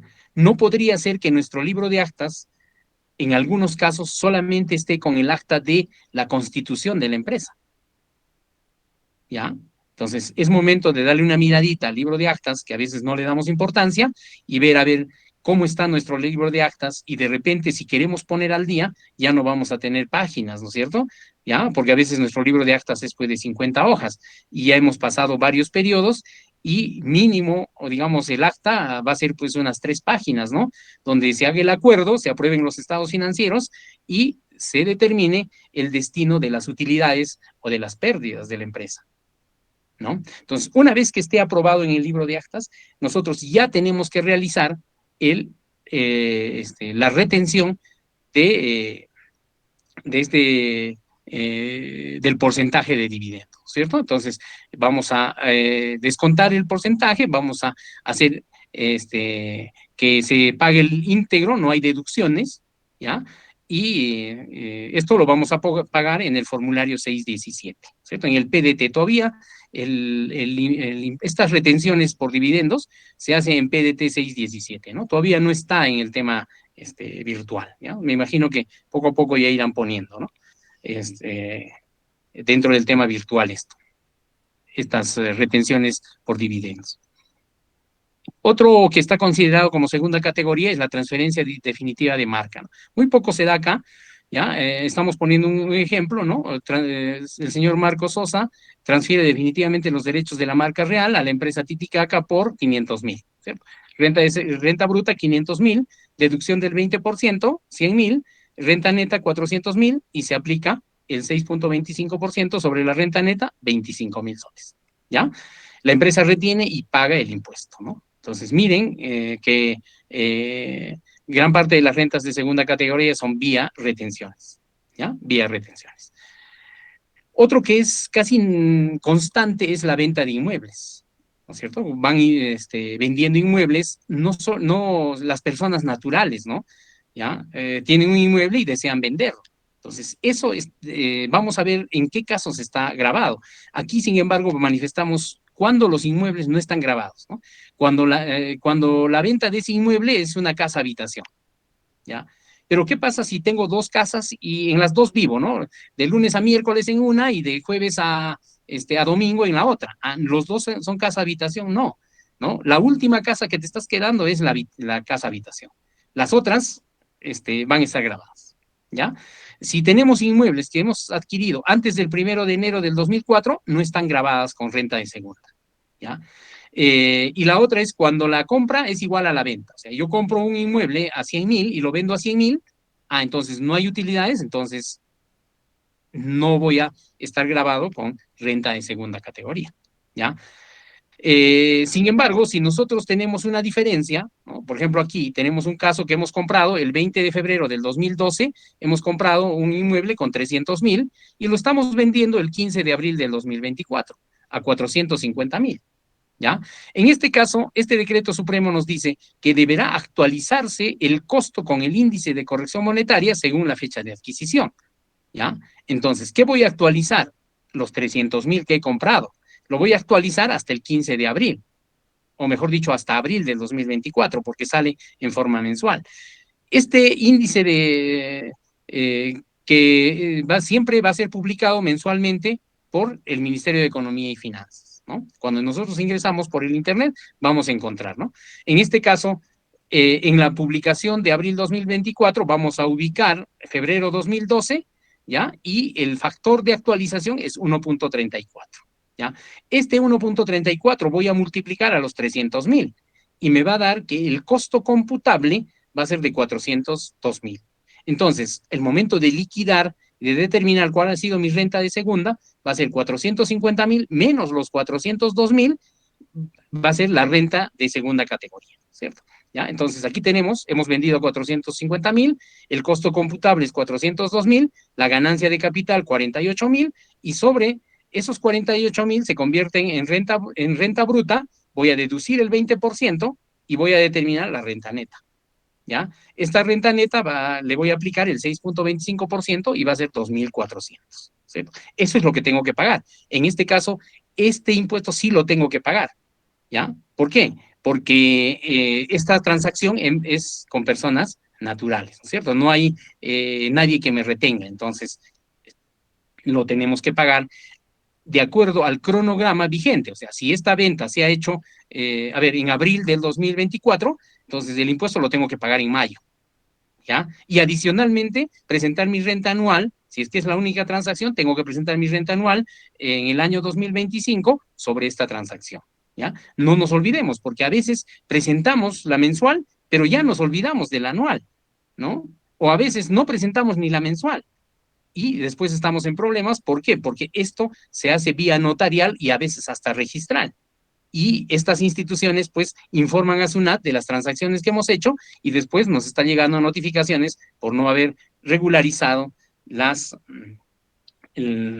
tributos correspondientes, ¿no es cierto? Y aquí dice que tenemos que tomar en cuenta pues el calendario de vencimientos, ¿cierto? El calendario de vencimientos que está publicado para el pago de los tributos, ¿cierto? Para el pago de los tributos. Ok, bueno, ¿qué más? Nos dice que mensualmente, al siguiente mes tengo que presentar mi formulario de pago, ¿cierto? Y tengo que ir declarando utilizando los pagos varios en relación a este impuesto de segunda categoría. Ok, no sé si con esto terminamos, ¿no? Ha sido, digamos, muy rápida toda esta exposición. No sé si hay algunas dudas, algunas preguntas que haya, ¿no? Respecto a estos temas que a veces son tan sencillos que le restamos importancia, ¿no? A ver, dejamos entonces, Sí, pues, pueden hacer algunas preguntas. sí, doctor, una consulta. Si por AOV, por ejemplo, digamos, en un local de eventos, por equivocación se haya declarado renta de primera, cuando corresponde declarar renta de tercera, ¿cómo puedo hacer la subsanación? Bueno, definitivamente, si hay notificación, es un poco más complicado, ¿no? Pero si no hubiese notificación, entonces es oportuno ya inscribirse como renta de tercera y empezar a tributar correctamente, ¿ya? Y bueno, y cruzar los dedos a que no haya notificaciones, ¿ya? Pero si hay un tema de notificación, o sea, de hecho se va a tener que ir regularizando, ¿cierto? Se va a tener que ir regularizando. Habría que ver si este local de eventos puede estar considerado, de hecho que van a tener que considerarlo, no sé si como, dentro del MIPE tributario, porque dentro del simplificado, dentro del régimen simplificado, habría que ver si por ahí encontramos alguna parte que me permita estar, digamos, dentro del régimen simplificado. Si fuese así, podríamos empezar por ese régimen, ¿no? Si no fuese así, entonces ya tendríamos que acogernos a empezar con el MIPE tributario, ¿no? ¿Ya? Pero yo difícilmente les van a devolver la parte de la renta de primera categoría, ese impuesto. No hay ni cómo compensarlo tampoco.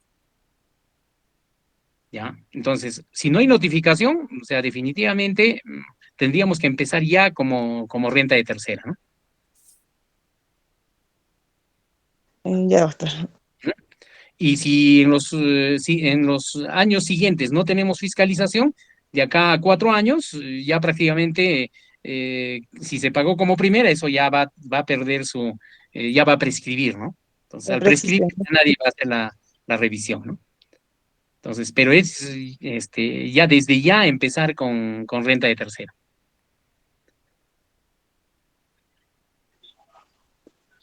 Doctor, disculpe, una consulta. Sí. Si ya me han notificado solicitándome el pago del arrendamiento por un local, Ujú. que en la ficha RUC también se ha registrado como alquilado, Ajá. pero, o sea, no hemos pagado el alquiler. ¿Cuál sería el procedimiento para subsanar y las infracciones a las que nos tenemos que someter? A ver, pero en realidad, ¿se pagó alquiler o no se pagó alquiler? No, no se pagó alquiler. Ah, ya, no se pagó alquiler. No, me están solicitando del 2023, pero no se pagó alquiler, pero está registrado, ¿no? Como un local alquilado. O sea, ¿cuál sería el procedimiento para subsanar Ya, y las es persona infracciones? jurídica, es empresa unipersonal. Persona jurídica. Ya.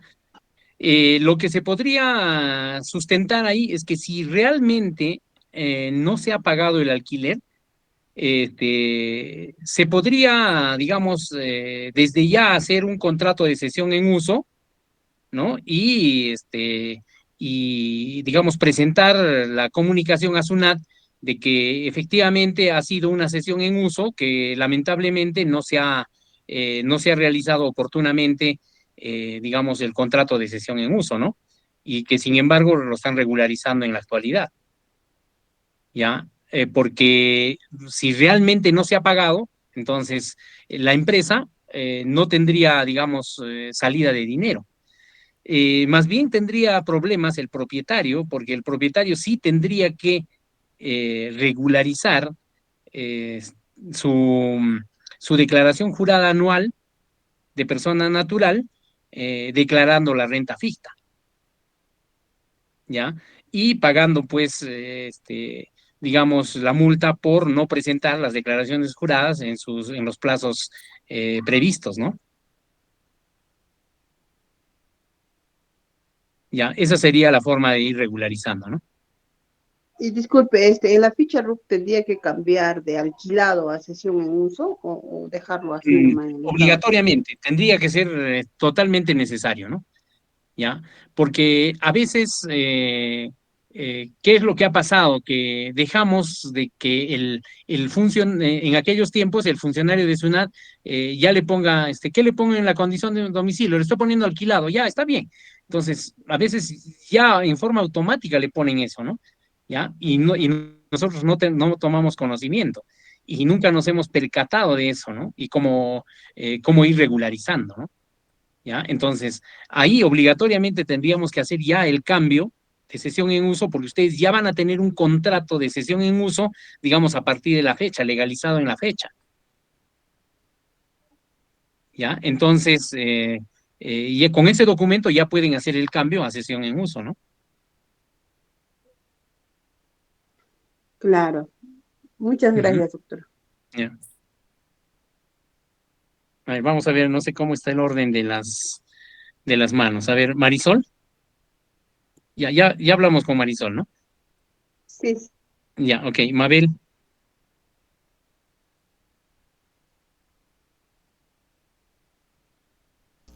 Buenas noches. Mi pregunta más que todo era, en el caso de una IRL, ¿cómo se hace la distribución de utilidades? a ver, si primero o que tiene que estar, los estados financieros tienen que reflejar utilidad, ¿cierto? Ya, una vez que se tiene la utilidad, en las EIRLs tenemos nosotros que reservar una parte para la reserva legal. Y la diferencia, hacer constar en el libro de actas que se va a retirar las utilidades. Solamente tiene que constar en el libro de actas, ¿ya? Una vez que consta en el libro de actas, por decir, vamos a hacer constar el día de hoy, ¿no? Digamos 24 de septiembre, ¿ya? Entonces, en el mes de octubre nosotros vamos a pagar la retención, porque le vamos a hacer una retención por el retiro de utilidades, ¿ya? Y por esa diferencia, le vamos a entregar, pues, ya sea un cheque o le vamos a hacer una transferencia al propietario por ese retiro de utilidades. ¿Ya? En muchos casos, por ejemplo, nosotros estamos regularizando el tema del retiro de utilidades porque en caja teníamos importes muy abultados y en la realidad no era ese el saldo de caja. ¿Ya? Entonces, nuestros estados financieros no estaban reflejando la realidad. ¿Ya? Entonces, ¿qué es lo que se tenía que hacer? La realidad indicaba de que realmente las ganancias de la empresa ya lo había dispuesto el propietario. Entonces, tenemos que ir regularizando que se está haciendo un retiro de utilidades y regularizar pues con las retenciones, ¿no? Entonces, aquí el documento fuente es el libro de actas, ¿ya? Si ya hicieron el acta, por decir, hasta marzo de este año, por ejemplo, porque hasta marzo de este año ya debió estar el acta aprobando los estados financieros del año 2023, ¿ya? Y ahí tenemos una utilidad. ¿Ya? Entonces, lo que hay que poner en ese libro de actas es que con respecto a las utilidades se convocará una nueva reunión para decidir el destino de las utilidades. Listo. Entonces, ¿eso qué significa? De que en meses posteriores, como en este caso septiembre, en septiembre se reúne nuevamente el titular y decide retirar las utilidades.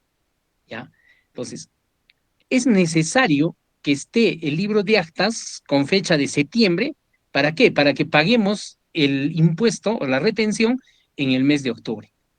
Porque si nosotros vamos a decir que en el libro de actas de marzo, donde estoy aprobando los estados financieros, voy a indicar de que también se retiran las utilidades, entonces ya estaríamos fuera del plazo por las retenciones y nos sancionarían por retener y no pagar al Estado, ¿no? Entonces, con esa indicación en el libro de actas y el acta en el mes de septiembre, tranquilamente pagamos la retención en el mes de octubre, ¿no?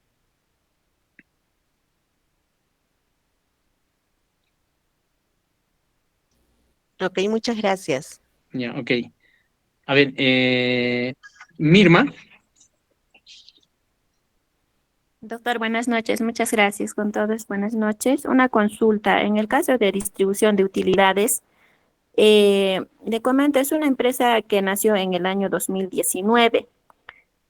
Revisando nuestro libro de actas, por cada año no aparece la aprobación de los estados financieros y en el acta se ha hecho otras actas de hasta el 2000, hasta este año inclusive, ¿no? ¿Y cómo se puede regularizar esa aprobación de los estados financieros de los años anteriores? Porque a la fecha estamos haciendo pago de utilidades, haciendo la retención. a ver, un tanto complicado porque, y digamos, ¿y cuántas hojas falta para que termine ese libro de actas, no? En el libro de actas tiene espacio, doctor, hay espacio. Claro, Solo lo que que la podríamos, última acta que lo han hecho, perdón, la última acta que se ha hecho es febrero del 2024, alguna modificación sobre el gerente. Entonces, no tenemos ni un acta, ¿no? Aprobando el estado financiero. ya, bueno, si es febrero, entonces todavía podemos alcanzar a hacer el acta con fecha marzo, aprobando los estados financieros del 2023, ¿no? Solo del 2023 y los Tendríamos años que, anteriores, doctor. ya no tendríamos que hacer y esperar, digamos, que transcurran los 4 años y prescriba todo ese periodo, de tal manera que no nos puedan requerir esa información, ¿no? Entonces, pero sin embargo, ya podemos hacer la del 2023, ¿ya? Y si fuese Claro, posible, ese, si fuese posible, en todo caso, anular el resto de hojas y hacer legalizar con fecha actual un nuevo libro de actas, donde ya vamos a ir registrando de tal manera que tengamos nueva información, ¿no? Y cuando prescriba ya no tengamos la información antigua donde se va a mostrar que no hay aprobación de estados financieros durante los 3 primeros meses, ¿no? ya, ya, doctor. ¿Ya? Pero Otro, el doctor, asunto es que es empezar a regularizar ya, ¿no? ¿Ya? Y ahora, por sí, sí, ejemplo, doctor. tienes la opción de colocar el acta del año 2023, ¿no? Sí, sí, Todavía. me he dado cuenta, Ujú, doctor. Ajá. ujú. Y Sí, sí. doctor, otra consultita más, por favor. Estamos haciendo el acta, haciendo la distribución de utilidades. Como le decía, esta empresa nació en el 2019, entonces Ajá. las utilidades del 2022, 23 son un poco elevados, suman ambos ejercicios 300.000 algo, entonces este año queremos hacer el pago de las utilidades. ¿Cómo yo puedo hacer el acta indicando los 300.000, pero pagando en partes? Por decir, este mes pago 100.000, octubre 100.000 y noviembre los 100.000, ¿no? Que hacen los 300.000. Claro, no sería en esa forma. Lo que sí sería, por ejemplo, factible es que, primero, en la aprobación de los estados financieros, que vas a regularizar el acta en marzo de este año, 2024, ¿no? Vas a tener ahí las utilidades, ¿cierto? Tu cuenta 59, resultados acumulados, ¿ya? Y ahí Así vas a es. tener los 300.000, Sí, ¿no es cierto? Entonces, sí. en un párrafo siguiente vas a analizar de dónde vienen esos 300.000. De repente es 50.000 del año 2020, digamos Ujú, 70.000 del año 2022, y la diferencia es así es. del año 2023, ¿cierto? Así va a estar conformado tus utilidades que suma 300.000. Sí. ¿Ya? Entonces, ahora en septiembre puedes hacer un libro, un acta donde dices que decides distribuir las utilidades del 2020, que son los 50.000, ¿ya? Entonces, distribuyes los 50.000. De repente en noviembre, sí tienes un poco más de dinero, porque, ojo, ten cuidado del dinero, porque a veces acordamos distribuir las utilidades y después tenemos dificultades en caja, no hay de dónde sacar ese dinero, ¿ya? Entonces, en noviembre, otra vez haces una reunión y haces el acta distribuyendo las utilidades del año 2021, ¿ya? En diciembre, haces otra acta y distribuyes las utilidades del año 2022. Entonces, vas distribuyendo, pero no que los 300.000 lo dividas entre tres, sino vas a distribuir utilidades de cada periodo, ¿ya? Ya.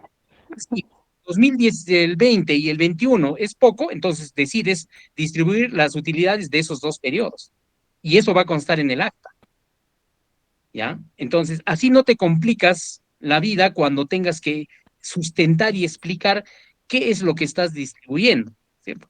Porque va a estar totalmente claro, vas a decir, yo estoy distribuyendo las utilidades del 2020 y del 2021 todavía. Después voy a decidir por la del 22 y después por la del 23, ¿no? Entonces, yo te recomiendo que esa sería la forma de elaborar las actas. Muchas gracias, doctor. ¿Ok? Y finalmente con Nancy, a ver, Nancy. Buenas noches, doctor. Yo quería saber hasta cuánto es el límite para, en caso de y préstamo de dinero, ¿no? El límite de pertenecer a segunda categoría y no pasar a tercera categoría. ¿Hay un límite máximo de préstamo o cantidad a cuántos prestas a personas naturales o jurídicas? Claro, definitivamente, cuando nosotros nos volvemos habituales, ¿no? Y ya sabemos que el dispositivo legal dice que la habitualidad se consigue cuando se hace tres transacciones, ¿cierto? O sea, si yo hago en un año 3 préstamos y supero esos 3, entonces ya automáticamente soy prestamista, voy a tener que pasar a la renta de tercera, ¿ya? Ahora, por ejemplo, si yo voy a hacer un solo préstamo y me van a pagar mensualmente las cuotas, ¿ya? En los 12 meses, eso no quiere decir que estoy haciendo 12 préstamos, sino solamente estoy haciendo un solo préstamo y me están pagando cada mes, ¿cierto? Entonces, eso es lo que hay que tomar en cuenta, ¿no? ¿Ya? Entonces, No es el tema en el importe, sino en la habitualidad, en cuántas veces estoy haciendo.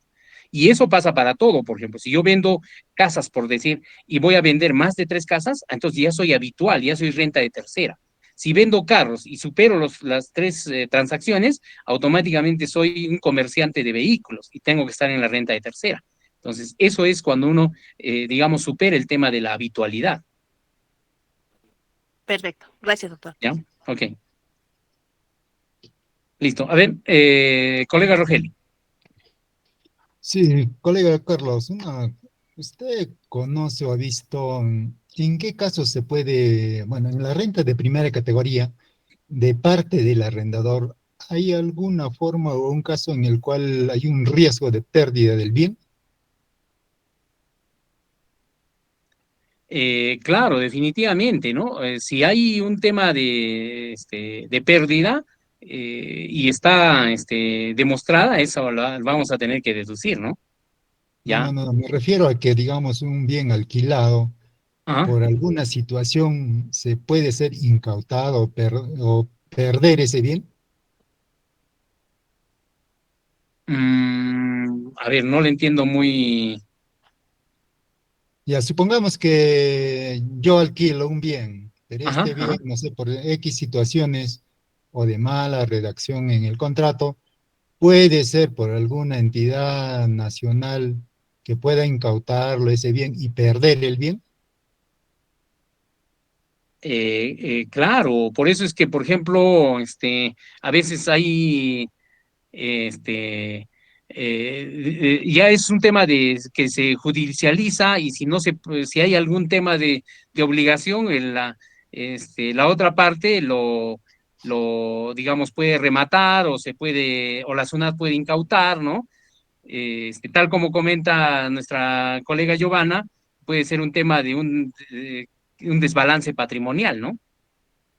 Y por Ya, o sea, un caso específico que tenga mayor incidencia.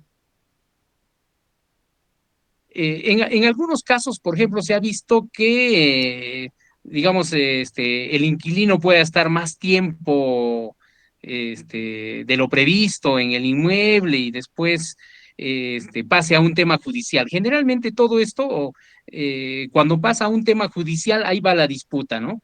Y sí, se puede dar el caso en que el inmueble pueda quedar pues en manos del inquilino, ¿no? ¿Ya? Por algún problema que se suscite, ¿no? Y se judicialice eh,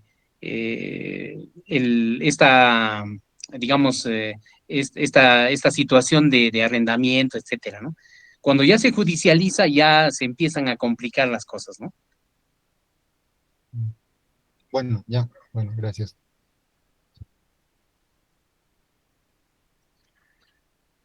Ok, perfecto. Muchísimas gracias por su atención, ¿no? Espero que de alguna forma se haya absuelto algunas dudas. No nos olvidemos de darle una miradita a nuestra contabilidad, a nuestros registros, a nuestro libro de actas. Nunca es tarde para empezar a ponernos en orden porque a veces el tema de las revisiones tarda, ¿no? Y mientras tanto nosotros ya nos estamos poniendo al día y cuando viene un tema de digamos, de alguna revisión ya nos cogen preparados, ¿no? Entonces, siempre hay que ir mejorando cada vez nuestra asesoría contable y nuestra contabilidad de tal manera que siempre estemos preparados. Así que muchísimas gracias este, por su atención. A ver, tenemos una mano, Elmer, antes de, creo que nos queda un par de minutos.